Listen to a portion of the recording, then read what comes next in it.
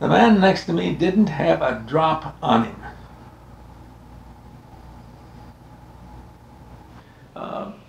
In my career, I've traveled close to 2 million passenger air miles. And in the course of that, I learned which airlines had the best service at the gate and in the airplane at a time when there was service. For instance, this story, which I obviously, when it's over, you'll know why I can never forget it.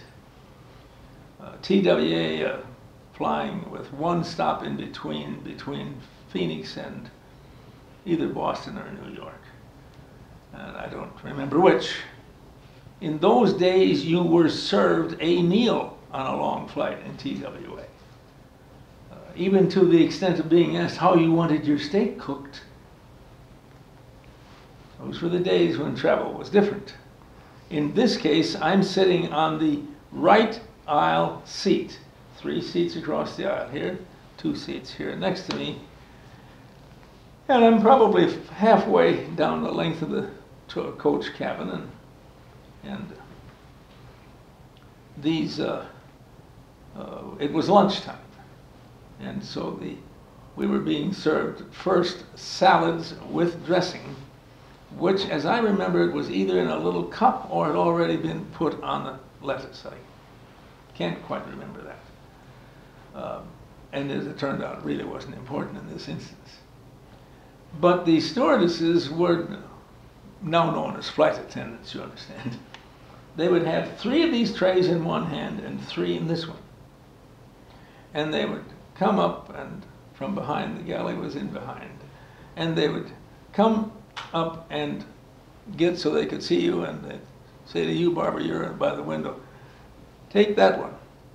And then the next person took this one, and then me, I'd take this one, and then they'd go that way. Well, she started over here, or I think. What I do know is that something went wrong, and she reacted, and she still had all 6 trays at that moment, and then they started falling on me. And I literally had 6 salad plates dumped on me. And it was all over in a hurry. And I just sat there, and I looked at myself, dressing lettuce. There was lettuce on my head. My seatmates told me that later. And God bless, Mr. Zimmerman, you were a mess. Well, this flight attendant, a lovely young woman, she just came apart. Started to cry, tears turning down her cheeks, and I could see fellow flight attendants coming from the front to help her and so forth. And I knew I was a disaster. But Dad had told me you can only make things worse when you get mad.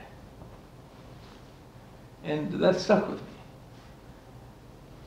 And I reached up and took her hand, and I pulled her down to me, and I said, look, I'm not mad. I'm not going to do anything. This was an accident. It can all be fixed. Now get a hold of yourself, wipe your eyes, and do the professional thing, and pick it up, and then you can bring me and all of us our salads. And she took that, and one of the other flight attendants heard it, definitely. I learned that later. And they fixed me up, and of course, helped me get picked up and so forth. They did what they could, let me do what I could in the men's restroom. And then, at the stopover, they got my bag out.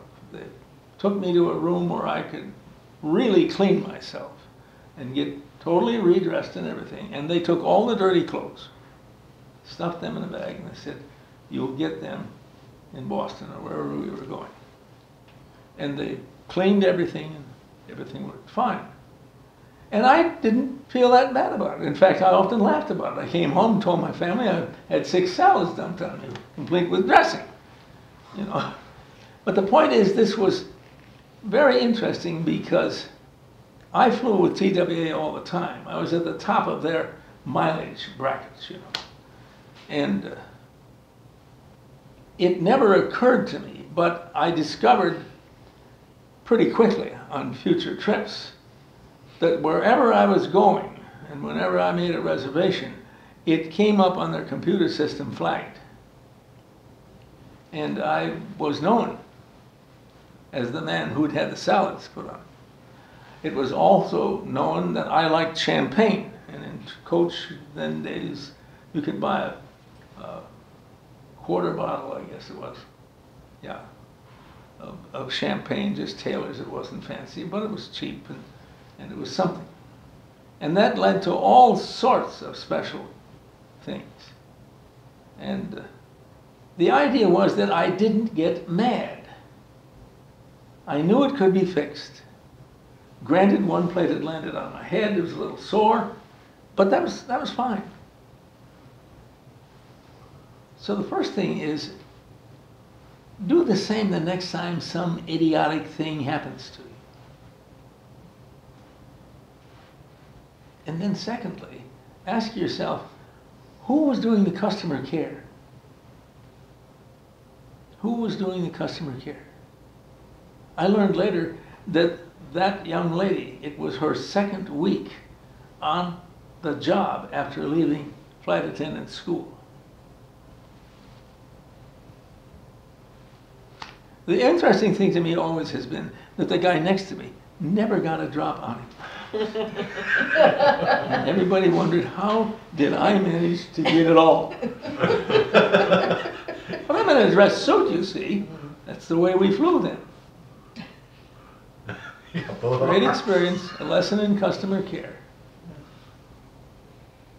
Enough said. Salad man. So did you ever hear what happened to the stewardess? Oh, I wrote her a letter. I got her card, specifically asked for it. And I sent her a letter and thanked her for reacting as she had. And she thanked me. She said, "You saved me." And by the time she stood up, she'd wiped her eyes and she looked. And she was just saying the right things. "I'm sorry, we'll take care of you," and so forth. Because they still had to feed that plane full of people. But it worked. It comes back to what you've read in the New Testament. You reap what you sow, which means you harvest what you plant, which means if you're a knothead and get mad, you're going to harvest a lot of angry people. And if you're not, and if you take this in stride and with a smile, it ends up helping everyone.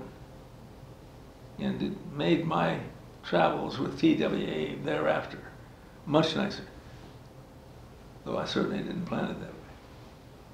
And for me, it was a way of helping someone, it turned out. Well, today, people would rant and rave and make sure that person gets fired, and then you got arrested by the TSA. But it's to what purpose? Exactly. To What what good does it purpose? do? Right.